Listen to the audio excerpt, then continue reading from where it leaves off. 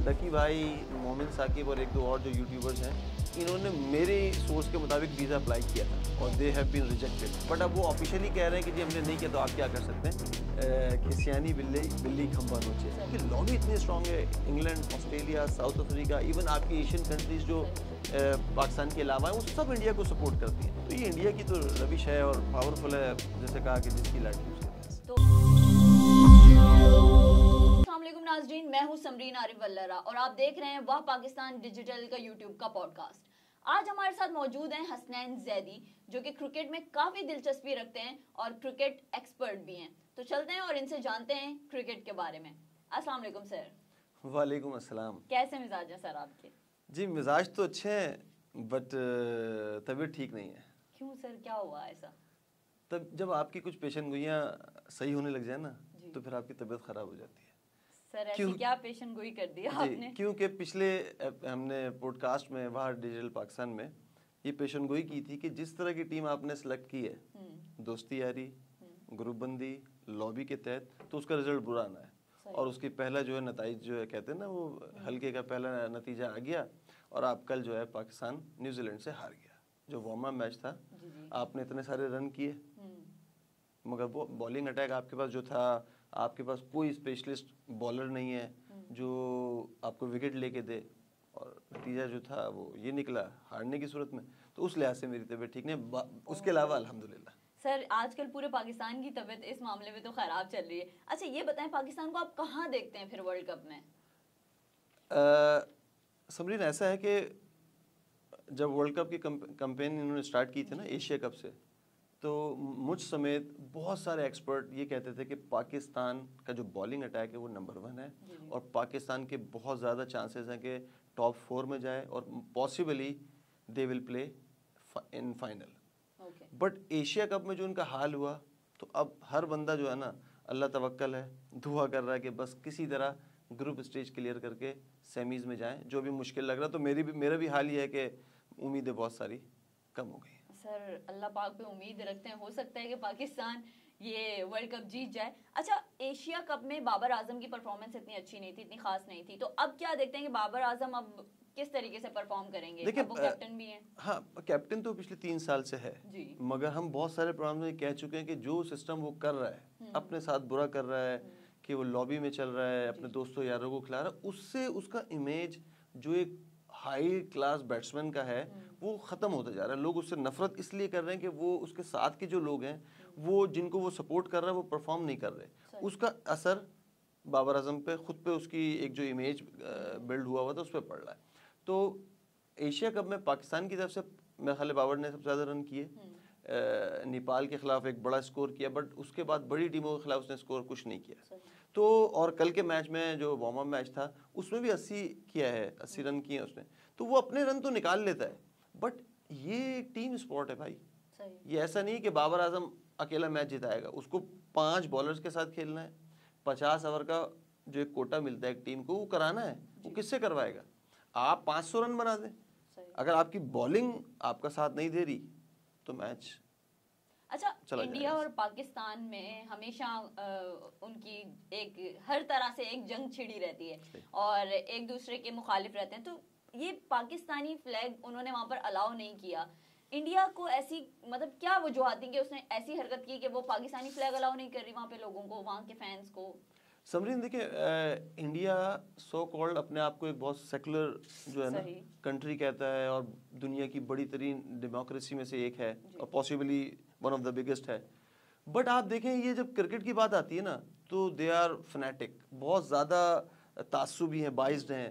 तो पाकिस्तान का फ्लैग को अलाउ ना करना ये बहुत बदतरीन मिसाल है। देखिए ना, आप जब पाकिस्तानी टीम अहमदाबाद जो दुनिया का सबसे बड़ा ग्राउंड है, क्रिकेट ग्राउंड है, जहां 1,20,000 प्लस क्राउड वहां होगा, और पाकिस्तान के 11-12 लड़के हरे रंग की जर्सी पहन के ग्राउंड में उतरेंगे और उनका मुकाबला होगा 1,20,000 तमाशाइयों से जो ब्लू कलर की जर्सी पहने हुए होंगे, तो पाकिस्तान तो मैच वैसे ही हार जाएगा। देखिए, साइकोलॉजिकल इफेक्ट्स आते हैं, ये भी इंसान है ना, रोबोट तो नहीं है। तो जब वो इतने बड़े क्राउड के आगे बगैर अपने कोई सपोर्टर खेलेंगे तो मेंटली तौर पे बहुत डिस्टर्ब होंगे। तो ये एक इंडिया की जमहूरियत पे तमाचा है इस तरह की छोटी हरकतें करना है। स्पोर्ट्स को यार आप जो जी आप पॉलिटिक्स से अलग रखें। आपको चाहिए था कि आप अच्छा खासा एक जो कोटा है वो पाकिस्तानी तमाशाइयों को देना चाहिए था, जो पाकिस्तान से ट्रैवल करते, इनफैक्ट पूरी दुनिया से ट्रैवल करते, बट इतनी मुश्किल मामलात कर देते हैं कि लोग आने से घबराते हैं, उनको वीज़ा के बहुत सारे मसाइल होते हैं। एक ये भी तो नेगेटिविटी और ये भी तो इम्पैक्ट पड़ेगा हमारे पाकिस्तानी क्रिकेटर्स पे कि उनका मोरल हाई नहीं होगा और वो आधा मैच तो आपने जैसे कहा वैसे ही हार जाएंगे। हाँ डेफिनेटली। ये कितना कोई मतलब इस पे किसी ने एक्शन भी नहीं लिया या किसी ने कुछ बोलने की देखिए समरीन एक मिसाल है ना कि जिसकी लाठी उसकी भैंस। देखिए आईसीसी बेसिकली ना, अब आप इसको थोड़ा सा और एलेबरेट करूंगा ना मैं अगर, तो वो इंडियन क्रिकेट काउंसिल बन गया है। अच्छा। क्योंकि वो टोटल डोमिनेट कर रहा है और उसकी मेन वजह फाइनेंशियल इश्यूज है। जितने भी बड़े स्पॉन्सर्स हैं ना आईसीसी के, वो ऑल बिलोंग्स टू इंडिया। तो वो इतनी उनकी ज़्यादा डोमिनेशन है कि आप उनके आगे कुछ नहीं कर सकते। उनकी लॉबी इतनी स्ट्रांग है, England, Australia, south Africa, even आपकी एशियन कंट्रीज जो पाकिस्तान के अलावा है, वो सब इंडिया को सपोर्ट करती हैं। आपका लास्ट एशिया कप आपको पता होगा कि पाकिस्तान होस्ट कर रहा था और उन्होंने पाकिस्तान में वो नहीं होने दिया। उसके बाद वो उठा के वो श्रीलंका ले गए। श्रीलंका में बारिशों का क्या हाल था आपने देखा। और एक बात मैं आपको बताऊं जो शायद नॉर्मल नाज़रीन को नहीं पता, कि एशिया कप के एक सिस्टम ये है कि जो कंट्रीज को होस्ट करता है ना, उसकी टी शर्ट पे, तमाम टीम्स की टी शर्ट्स पे उस होस्ट कंट्री का नाम आता है। सही। मगर इंडिया ने लॉबी करके सबको लेके ऑन बोर्ड करके पाकिस्तान का नाम अपनी टी शर्ट पे नहीं लिखवाया। इवन किसी भी टी शर्ट पे होस्ट कंट्री का नाम नहीं आया। ये 20-30 साल से ये टूर्नामेंट हो रहा है, ये पहली बार ऐसा हुआ है कि होस्ट कंट्री का नाम टी शर्ट पे नहीं था। तो ये इंडिया की तो रविश है और पावरफुल है, जैसे कहा कि जिसकी लाठी उसके पास। तो जैसे कि अभी आपने कहा कि बाबर आजम अपनी दोस्ती यारी में ये सारी चीजें करें, तो दोस्ती यारी में कौन लोग आ जाते हैं? उनकी अपनी टीम के ही लोग? जी जी जी जी मैं आपको नाम बताता चलो। जैसे रिजवान है, शादाब है, ये इसके क्लोज फ्रेंड्स हैं। ठीक है। अब उसके साथ नवाज है और एक दो लड़के हैं जो ये सिस्टम बनाया हुआ है कि हम साथ चलेंगे। अब जब ये उनको एक्स्ट्रा सपोर्ट करता है और वो परफॉर्म नहीं करते तो रिजल्ट आपके सामने, जबकि आप उनको रिप्लेस कर सकते हैं। अच्छा सर, ये भी देखा जाता है कि पाकिस्तानी टीम अक्सर ऐसी जगहों पे मैच जीत जाती है जहां पर नामुमकिन सूरत हाल होती है, और ऐसी जगहों पे मैच हार जाती है जहां पे मतलब लगता है कि अभी बस जीत जाएगी, और फिर उन पे ये तनकीद की जाती है कि उन्हें पैसा खिलाया जाता है या वो पैसा लेते हैं। तो इस पे आप क्या कहेंगे? देखिए पैसे की बात तो मेरा ख्याल अब थोड़ा सा मुश्किल हो गया। अच्छा। क्योंकि अब रिसेंटली जो सिस्टम बना है उस हिसाब से मैच फिक्सिंग बहुत कम हो गई है। हाँ, spot fixing is there. Spot fixing और मैच फिक्सिंग में फर्क है। मैच फिक्सिंग पहले ऐसे होता था कि पूरी टीम इन्वॉल्व होती थी और वो रिजल्ट पे असर करती थी। बट कुछ अरसे में आपने बहुत सारे केसेस सामने भी आए पिछले 10-20 सालों में कि स्पॉट फिक्सिंग पे गेम चला गया। मतलब ये कि पर्सनली मैंने किसी बुकी से रब्ता किया या उसने मुझसे किया, मैंने एक पैचअप कर लिया और अपने तौर पे मैच को रिजल्ट पे इफेक्ट किए बगैर सट्टा खेल लिया। फॉर एग्जांपल मैंने उसको बता दिया कि यार मैं अपने ओवर की पहली बॉल वाइड करूंगा, आप उसके ऊपर शर्त लगा लें। तो उसने वहां बैठ के जो भी इनका मेथड है वो कर लिया और मैंने वो बॉल कर दी। तो ये स्पॉट फिक्सिंग कहलाती है। तो मेरा ख्याल है मैच फिक्सिंग का तो अब मामला नहीं है। बट पाकिस्तान जो है ना अनप्रेडिक्टेबल है। ये दुनिया में मिसाल है कि इसके आगे 500 रन का टारगेट भी कुछ नहीं है और जब इनका बुरा दिन है तो ये 100 रन पे पूरी टीम आउट है। तो ये पाकिस्तान के साथ पिछले 30-40 सालों से जुड़ा हुआ है। अच्छा, अभी ये देखने में आ रहा है कि डकी भाई, नादिर अली और मोमिन साहब, इन लोगों को वीजा भी ग्रांट नहीं किया गया, बट इनके बकौल कि ये र्यूमर्स हैं। तो इस पे आप क्या कहेंगे कि क्या वाकई वो वीजा ग्रांट नहीं करना चाहते इंडिया वाले, हमारे जितने भी फैंस हैं, पाकिस्तानी फैंस हैं, या वो क्यों इस तरीके से हरकतें कर रहे हैं? देखिए मुझे लगता है कि पर्सनली खिसियानी बिल्ली खंबा नोचे। तो डकी भाई, मोमिन साकिब और एक दो और जो यूट्यूबर्स हैं, इन्होंने मेरे सोर्स के मुताबिक वीजा अप्लाई किया था और they have been rejected. But अब वो ऑफिशियली कह रहे हैं कि जी हमने नहीं किया, तो आप क्या कर सकते हैं। तो मुझे लगता है ये मिसाल मैंने बिल्कुल सही दी है। क्या वो ये अंगूर खट्टे वाली बात, तो अब वो कह रहे हैं कि जी हमने वीज़ा अप्लाई नहीं किया। तो ये हमारी सोर्स और स्पेशली वहाँ पाकिस्तान की जो सोर्स है वो बहुत तगड़ी है, उसके मुताबिक इन्होंने वीज़ा अप्लाई किए थे। सही। तो सर अब क्या लगता है कि कहाँ तक ये मतलब किस तरीके से ये मैच चलेगा और आगे कौन इसमें अच्छा, टीम में सबसे अच्छा प्लेयर आपकी नज़र में कौन है? देखिए पाकिस्तान शुरू से ना, आप पिछले 20-30 सालों में आप जब टीम को देखेंगे तो पाकिस्तान के जो हीरोज है ना वो हमेशा बॉलर रहे हैं। ओके, ये तो इंडिया का ये मशहूर है कि इंडिया में जितने भी हीरोज आते हैं वो बैटिंग साइड पे आते हैं, क्योंकि उनको पिछले जो उनको हेरिटेज मिला ना वो बैटिंग हीरोज का मिला। एक तवील उनकी फहरिस्त है। पाकिस्तान में हमेशा हीरो जो है वो बॉलर रहा, तो पाकिस्तान की हमेशा बॉलिंग ही पाकिस्तान को जिताती थी। बट इस टाइम जो है वो मुझे वो भी खतरा लग रहा है। पाकिस्तान की बैटिंग लाइन तो सिवाय बाबर के वो कुछ और था नहीं। अब ये नसीम शान फिट हो गया तो मुझे बड़ा मामला खराब लग रहा है। अच्छा, अब मैं आपसे एक एक करके सारे जितने भी क्रिकेटर्स हैं उनके बारे में पूछना चाहूंगी कि आपकी नज़र में या पाकिस्तान की नज़र में वो कितना अच्छा खेल सकते हैं, या वो अपना 100% खुद नहीं देना चाहते, या फिर उन्हें मौका नहीं मिलता।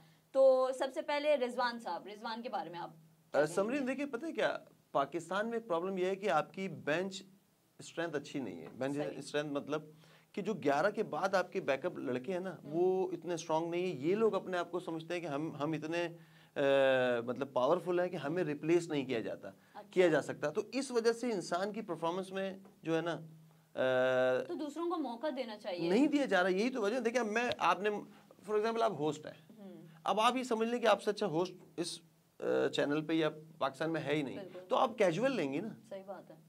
तो इसी तरह पाकिस्तान टीम में ये हुआ कि उन्होंने अपनी जगह इतनी मजबूत की हुई, उनको पता है हमें कोई छेड़ने वाला नहीं है। तो अगर 4 मैचों में अच्छा ना भी किया, 1 सेंचुरी मारेंगे, फिर 6 महीने चले जाएंगे। तो बहरहाल ये टॉपिक से हटके मैंने बात की, मगर आप 1 to 1 अगर मार्किंग करती हैं तो रिजवान ने अपनी पसंदीदा बैटिंग ऑर्डर चूज किया। उसने प्रेस कॉन्फ्रेंस की कि जी मुझे 4 नंबर पे खेलना है, और मुझे लगता है कि ओडीआई में वो 4 नंबर का प्लेयर है नहीं। अच्छा, T20 में आपको ऐसा क्यों लगता है कि वो जी उसके देखिए हम बात करते हैं रैकेट्स के हिसाब से, बिल्कुल ऐसा ही है। वो दायरे का प्लेयर है। अब आप बोलेंगे दायरा क्या, जो शुरू के 6 ओवर होते हैं T20 में, आपके फील्डर क्लोज होते हैं, तो आपको ऊपर से शॉट खेलना आसान होता है। तो वो 6 ओवर्स को जो है वो यूटिलाइज करता है, अपनी जो इनिंग को डेवलप करता है और वो आगे तक ले जाता है। अब वनडे में जो प्रॉब्लम ये है कि ओडीआई जो है वो 50 ओवर्स गेम है, और इसमें बहुत प्लानिंग करके आपको खेलना होता है कि आप एक कोई खास कर पाएंगे, क्योंकि ओडीआई और T20 में बहुत फर्क है। T20 20 ओवर्स का गेम है, छोटा गेम है, आप इसमें अपने शॉट्स खेल सकते हैं और जल्दी मामले को रैप अप कर सकते हैं। वनडे का इशू ये है, ओडीआई का इशू ये कि आपने 50 ओवर्स खेलना है। इसको एक पेस में लेके चलना होता है, एक प्रॉपर तरीके से काम होता है इसके ऊपर। ऐसा नहीं कि आपने हिटिंग की और फिर आप ठंडे हो गए। आपके मिडिल ओवर्स भी इतने ही ज़रूरी हैं जितने लास्ट और ओपनिंग स्पेल होता है। तो आपको बहुत प्लानिंग करके चलना पड़ेगा, और मुझे लगता है कि शायद रिजवान यहाँ पे स्ट्रगल करेगा। अच्छा, तो ये जो प्लानिंग्स होती हैं गेम्स की या वनडे जो मैच है, इसकी जो प्लानिंग है, प्लानिंग कौन करता है बेस्ट तरीके से? देखिए हमारे साथ बहुत सारे मसले हैं समझिए। हमारे साथ प्रॉब्लम ये है कि हम गोरों को देख के ना बहुत ज़्यादा अपने आप को अंडर रेट कर लेते हैं, थोड़ा सा उनसे दब जाते हैं, या हम ज़्यादा इम्प्रेशन में आ जाते हैं। तो आपकी पूरी मैनेजमेंट सिस्टम गोरा है। गोरा मीन्स मैं किसी मैं मतलब मैं उनकी बुराई नहीं करना चाह रहा। हाँ, आपका जो आपका हेड कोच जो है, आप यकीन माने आपको नाम भी नहीं पता उसका। पता है नाम आपको? आज ही लिख कर लाई हूँ ना। ये हकीकत है कि नाम बाकी में नहीं पता। बात इंटरेस्ट की नहीं होती, बात ये होती है कि अगर वो कोई पाकिस्तानी होते तो।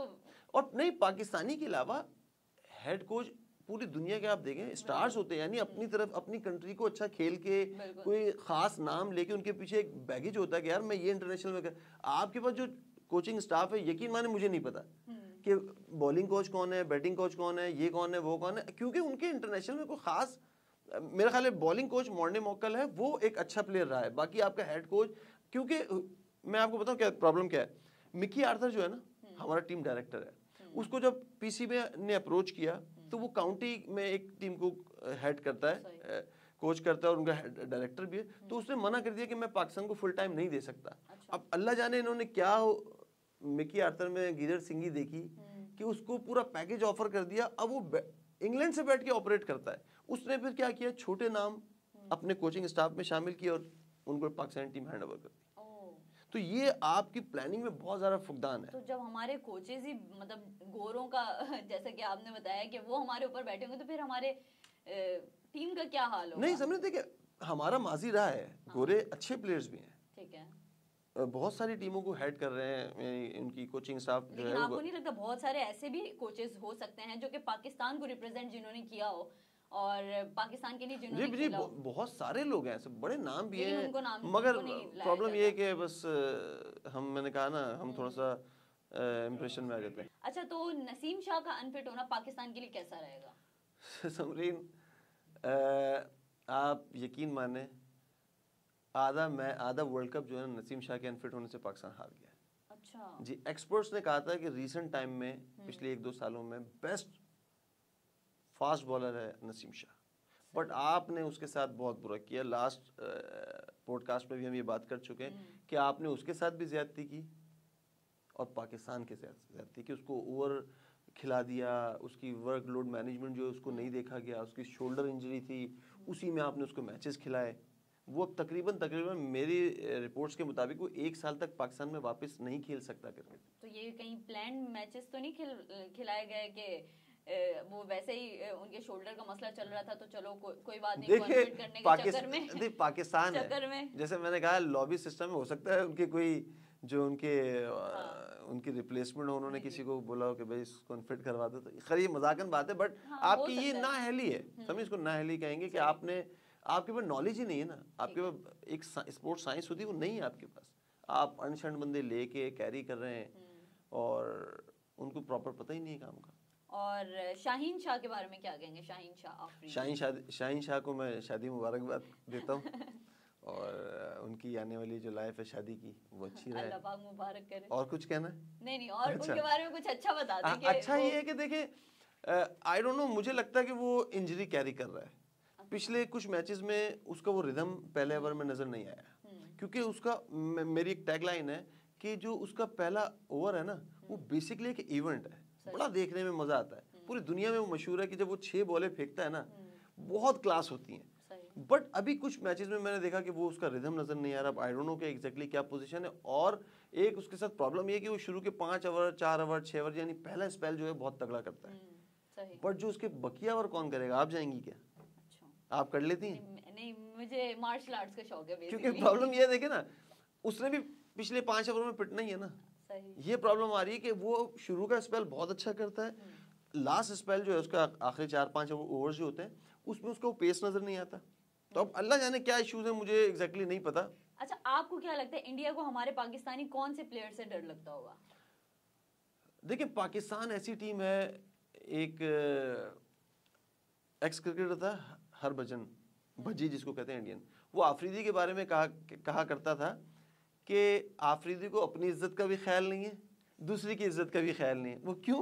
वो कहता है ये आता है पहली बॉल से हिट करता है, क्योंकि उसको अपनी इज्जत का ख्याल तो है नहीं, और हमें छक्के मार देता, हमारी इज्जत भी खराब हो जाती है। तो पाकिस्तान बेसिकली एज यूनिट भी ऐसे ही है, इसको किसी का ख्याल नहीं, मैच के दिन कुछ भी कर देंगे, तो इसलिए हर टीम डरती है इनसे, इनका कोई भरोसा नहीं है। वो चाइना की प्रोडक्ट होती है ना कि चले तो चांद तक, ना चले तो शाम तक, तो ये हमारी पाकिस्तान टीम के लिए मशहूर है। अच्छा, तो इंडिया का कौन सा ऐसा प्लेयर है जिससे पाकिस्तान को खतरा है? देखिए, इंडिया इस टाइम बहुत जबरदस्त शक्ल में नजर आ रही है। तो हमेशा से मैंने जैसे आपको कहा कि इंडिया जो है ना बैटिंग साइड कहलाती है, कि इनके पास बैटिंग की कोई कमी नहीं है। विराट कोहली, रोहित शर्मा, गेल अभी आ गया है, जबरदस्त खेल रहा है, अय्यर है, फिर इनका केएल राहुल वापस आया है, और स्काई जिसको सूर्या कुमार यादव कहते हैं, ये बैटिंग की बहुत तगड़ी है। बट अब आप देखें ना, इन्होंने बॉलिंग को बहुत इंप्रूव किया है। आपको मैं बताता चलूँ, इंडिया जो है इस टाइम तीनों फॉर्मेट की नंबर 1 टीम है, T20, ODI एंड टेस्ट। और ODI जो बेस्ट बॉलर है वो इनका है मोहम्मद सिराज। तो इन्होंने बॉलिंग पे बहुत काम किया है, तो मुझे लगता है कि पाकिस्तान को सारे ही प्लेयर से डरना होगा। इनकी बॉलिंग लाइन बहुत तगड़ी हो गई, स्पिन डिपार्टमेंट बहुत अच्छा है, आर अश्विन जो है वो वापस आ गया, स्पिनर ऑफ स्पिनर, बहुत अरसे बाद आया। तो पाकिस्तान को तो मेरा ख्याल है पूरी टीम से डरना होगा। अच्छा, आपने एक चीज नोट की होगी कि जब भी मैचेस वगैरह होते हैं तो पाकिस्तान और इंडिया के दरमियान एक ऐसा हाइप क्रिएट होता है कि अगर वर्ल्ड कप में जाने से पहले पाकिस्तान हार जाता है या इंडिया हार जाता है तो वो ये कहते हैं कि ये बराबर वाला मुल्क न जीते, बाकी दूसरा कोई भी जीत जाए। तो इस पे आप क्या कहेंगे? मतलब एक नेचुरली एक उनके अंदर ऐसा है कि बस इंडिया ना जीते या पाकिस्तान ना जीते, हम पता है क्या, देखिए हम जिस माशरे में पलते हैं ना, जो हमारा ब्रॉटअप होता है वो हमारा रिफ्लेक्ट करता है जब हम प्रोफेशनल करियर में आ जाते हैं। तो ये लड़के पाकिस्तान की गलियों से ही आते हैं ना, हमें, या इंडिया की जो लड़के हैं वो गली कूचों से आते हैं, वो हमें निचले लेवल पे एक दूसरे के मुखालिफ इतना पढ़ाया सुनाया दिखाया जाता है कि वो हमें दुश्मन ही लगते हैं। अच्छा। दोनों साइड्स।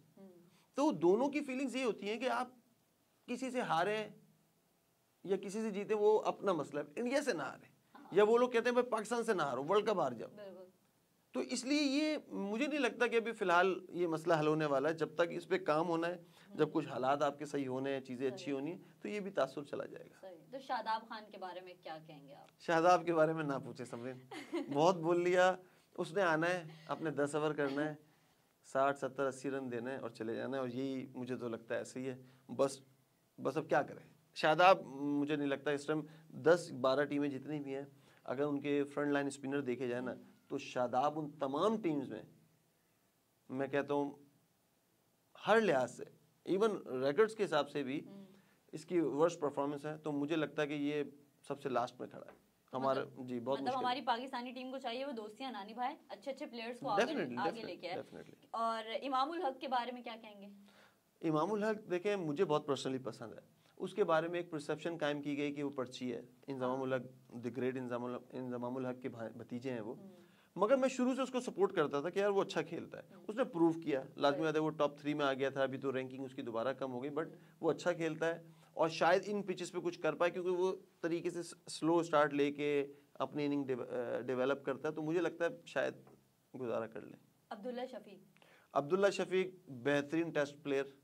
देखिए ओडीआई और T20 में वो भी नाम बना रहा है, बट है बहुत क्लास, वन टू वॉच, बेहतरीन प्लेयर है। फ़खर ज़मान देखें, फ़खर ज़मान के पीछे जो है ना वो हाथ है लाहौर कलंदर्स का। ये लास्ट टाइम भी हमने बात की थी कि फ्रेंचाइज क्रिकेट जो है ना वो पाकिस्तान की सिलेक्शन पे हावी हो रही है। अब फ्रेंचाइज क्रिकेट मतलब कि जो ये PSL में जो टीमें हैं ना, कराची किंग्स, लाहौर कलंदर और जो बड़ी टीमें, ये पीछे से इन्फ्लुएंस करती हैं कि हमारे प्लेयर्स आप लें। अच्छा। जी, उसमें फिर सिलेक्शन में इनकी मदाखला शुरू हो जाती है, क्योंकि आपको पता है पाकिस्तान में सिफारिशी कल्चर क्या है। तो आप देखें जो लाहौर कलंदर्स के तकरीबन 4 प्लेयर पाकिस्तान टीम में खेल रहे हैं, शाहीन आफरीदी, हारिस रऊफ, फ़खर ज़मान और एक प्लेयर और है मेरा ख्याल है आगा सलमान, आई थिंक। तो जी, तो ये इस तरह की इनकी बहुत ज़्यादा जो है ना मामलात है। तो फ़खर के पीछे जो है मुझे लगता है लाहौर कलंदर, क्योंकि उसकी अपनी परफॉर्मेंस जो है वो पिछले कई मैचेस में बिल्कुल फारिग है। हारिस रऊफ बहुत तेज़ बॉलर, थोड़ा सा दिमाग चलाए ना तो बहुत अच्छा कर सकता है, अच्छा प्लेयर है, मगर वो शायद जब तेज़ी के चक्कर में वो फिर दिमाग, हो सकता है वो दिल से खेलता हो। नहीं, आपको दिल से नहीं खेलना है ना क्रिकेट। अब देखें, क्रिकेट ने पिछले 20 सालों में इतनी ज़्यादा तरक्की की है कि ये नेचुरल स्पोर्ट नहीं रहा। पहले जब हम क्रिकेट खेला करते थे डिस्ट्रिक्ट लेवल पे या और डिपार्टमेंट क्रिकेट खेलते थे, तो उस टाइम 20 साल पहले की बात है, क्रिकेट नेचुरल हुआ करती थी कि आप एक बच्चा गली कूचों से निकला और टीम में पहुंचा और चल मेरा भाई। मगर अब ऐसा नहीं है, अब आपकी इतनी ज़्यादा साइंस इन्वॉल्व हो गई है कि अब आपके दिल वाली क्रिकेट ख़त्म है भाई। अब अगर आप क्रिकेट के जो मेयार हैं, जो उन्होंने स्टैंडर्ड बनाए हुए हैं, उसको फॉलो नहीं करते तो ना तो आप टीम में पहुंच सकते हैं, और अगर आप सिफारिशी तौर पे पहुंच भी गए तो ज़्यादा देर आप रुक नहीं सकते। अच्छा, आपको नहीं लगता कि पाकिस्तान में इतना टैलेंट है क्रिकेट को लेकर, इतना टैलेंट है, लेकिन उनको मंजिल आम पे क्यों नहीं लाया जाता? वही पुराने चलते हुए आ रहे होते हैं कि उनको आगे लेके जाएं, और या तो फिर पर्ची सिस्टम है। तो आपको नहीं लगता कि नई जनरेशन को भी इस तरीके से लेकर आना चाहिए? देखिए, हमारे पास सिस्टम उस तरह बना हुआ नहीं है जैसे दूसरे ममालिक में होता। क्या है, क्रिकेट का एक जो मतलब एक बड़ा सा एक मजमा जो है ना, आप समझ लें कि वो आता है क्रिकेट में, बट जब आप उसकी केयर नहीं करते, लड़कों को सही चैनल नहीं मिलते, सही चीज़ें नहीं मिलती, तो वो लाजमी बात है। देखें, अगर उनको उम्मीद नज़र नहीं आएगी तो वो क्रिकेट को फॉलो नहीं करेंगे। उनके वालिदैन कहते हैं ना, मैं आप किस लेवल पे खेल रहे हैं, तो वो हमें, मुझे लगता है कि नीचे जो लेवल है, जब मैं क्रिकेट खेला करता था, आप यकीन माने स्कूल क्रिकेट इतनी खतरनाक होती थी, बेहतरीन क्रिकेट होती थी। अभी मैं देखता हूँ कि स्कूल क्रिकेट का कोई नामो निशान नहीं है। देखिए, क्रिकेटर्स कहाँ से डेवलप होता है? स्कूल लेवल पे ना, जब आप बच्चा अभी 10-12, क्योंकि आप देखें, आप शाहीन ले लें, नसीम शाह ले लें, किस उम्र में क्रिकेट टीम में आए? 16 साल, 17 साल, 18 साल। जब उन्होंने 18 साल की उम्र में क्रिकेट टीम में आना है, तो वो 8 साल की उम्र से, 10 साल की उम्र से क्रिकेट खेलेंगे तो आएंगे ना। आपको नीचे लेवल पे सपोर्ट ही नहीं है, ये तो अल्लाह का करम है, या अल्लाह जाने कि पाकिस्तान इतनी ज़्यादा जरखेज़ है क्रिकेट के हिसाब से कि क्रिकेटर्स आ रहे हैं, अदरवाइज आपके पास स्ट्रक्चर अब नीचे बहुत बुरा है। सही जी। तो इस स्ट्रक्चर को सही करने के लिए, देखिए स्ट्रक्चर को सही करने के लिए अच्छे लोग चाहिए, उनका विजन हो, वो स्पॉन्सरशिप लाएं। मैं देखता था कि जब स्कूल क्रिकेट होती थी बहुत सारे ब्रांड्स थे जो इसको स्कूल क्रिकेट को स्पॉन्सर करते थे। अब आपके स्पॉन्सर ही नहीं, क्योंकि आपने मार्केटिंग नहीं की हुई। जब तक अच्छे लोग आएंगे, ऑनेस्ट लोग आएंगे, तो मुश्किल उम्मीद है कि अच्छा हो जाएगा। हसन अली और इफ्तिखार अहमद के बारे में क्या कहेंगे? चाचा तो देखें, चाचा है क्रिकेट, इफ्तिखार अली जो है ना जी, तो अब खैर वर्ल्ड कप में जा रहा है, मैं सपोर्ट करूंगा उसको कि अच्छा करे, अच्छा प्लेयर है, जो उसकी कैपेबिलिटीज है ना, जो जितना हम उससे मतलब उसमें टैलेंट है वो उसके हिसाब से जस्टिफाई कर रहा है। हसन अली मेरा ख्याल है कि अब उसको थोड़ा हमने छोड़ना पड़ेगा, क्योंकि हमने हसन अली को पिछले प्रोग्राम में बहुत रगड़ा लगाया था।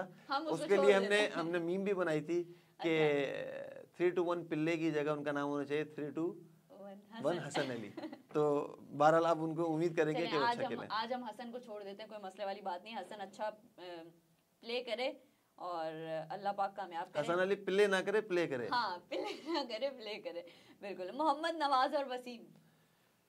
मोहम्मद नवाज तो मुझे समझ में नहीं आ रहा क्यों कि वो क्या कर रहा है। आई डोंट नो, आराम से मैच देख रहा होगा।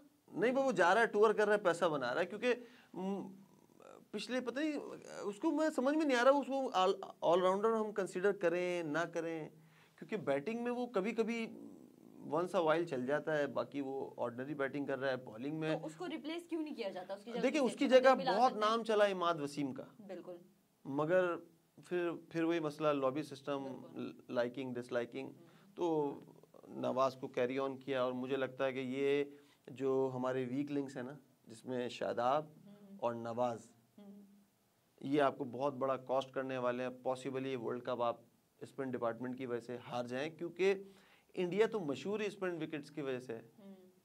इंडिया में हमेशा वो साइड जीतती है जिसके पास स्पिनर्स अच्छे हैं, वो टेस्ट क्रिकेट हो, T20 हो, या ODI हो।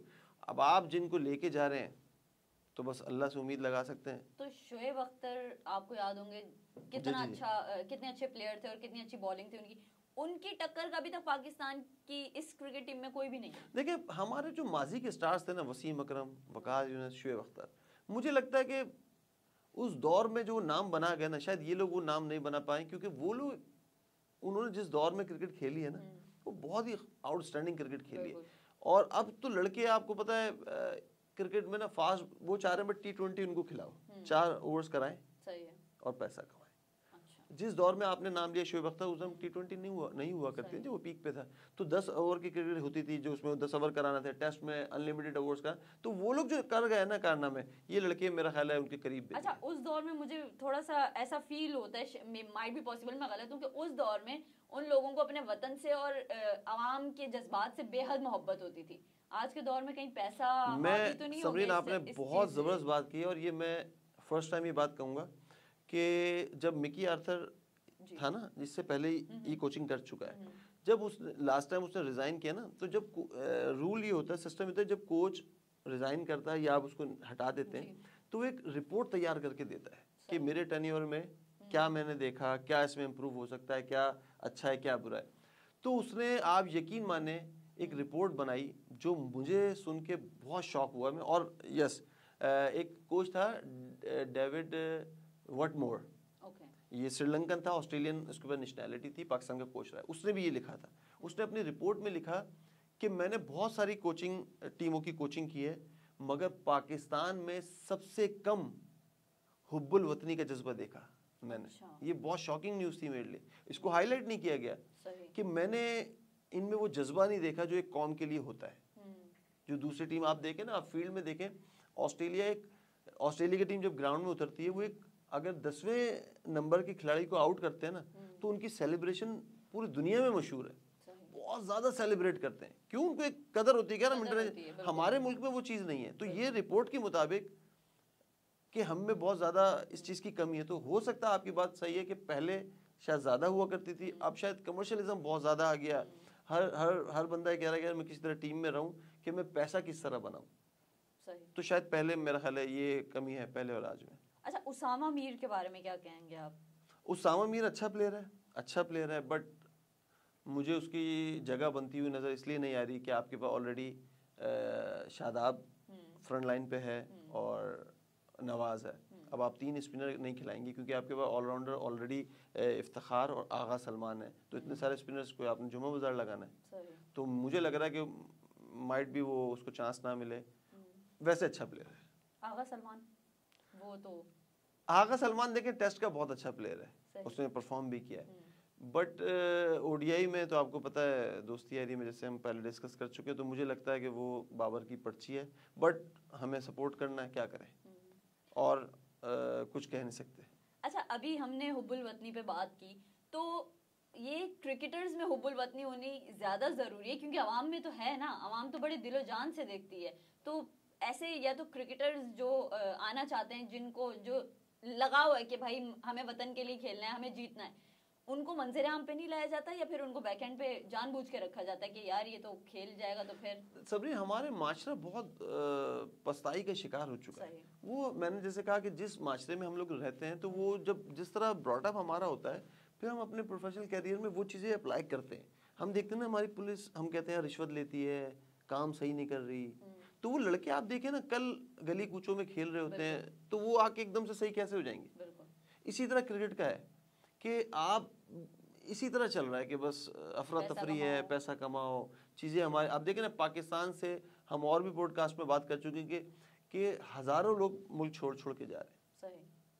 सब बंदा कह रहा है किसी तरह हम अपना घर चलाना है, तो बस तो इसलिए इन चीज़ों में मेरा ख्याल है बहुत टाइम चाहिए, बहुत उस पर वर्किंग करना पड़ेगी। फिर आप ये देखेंगे कि हुब्बुल वतनी हमारे लोगों में बज़ाहिर भी नजर आएगी, अंदर से भी नजर आएगी। इंडिया वालों में तो बहुत ज्यादा नजर आती है। देखिए इंडिया बहुत पेट्रियोटिक है, बहुत ज्यादा है। आप यकीन माने दे आर प्राउड कि वो इंडियन है। इवन हम भी अल्हम्दुलिल्लाह we are proud Pakistani, but वो लोग बहुत ज्यादा करते हैं इन चीजों को, बहुत ज्यादा करते हैं। बिल्कुल।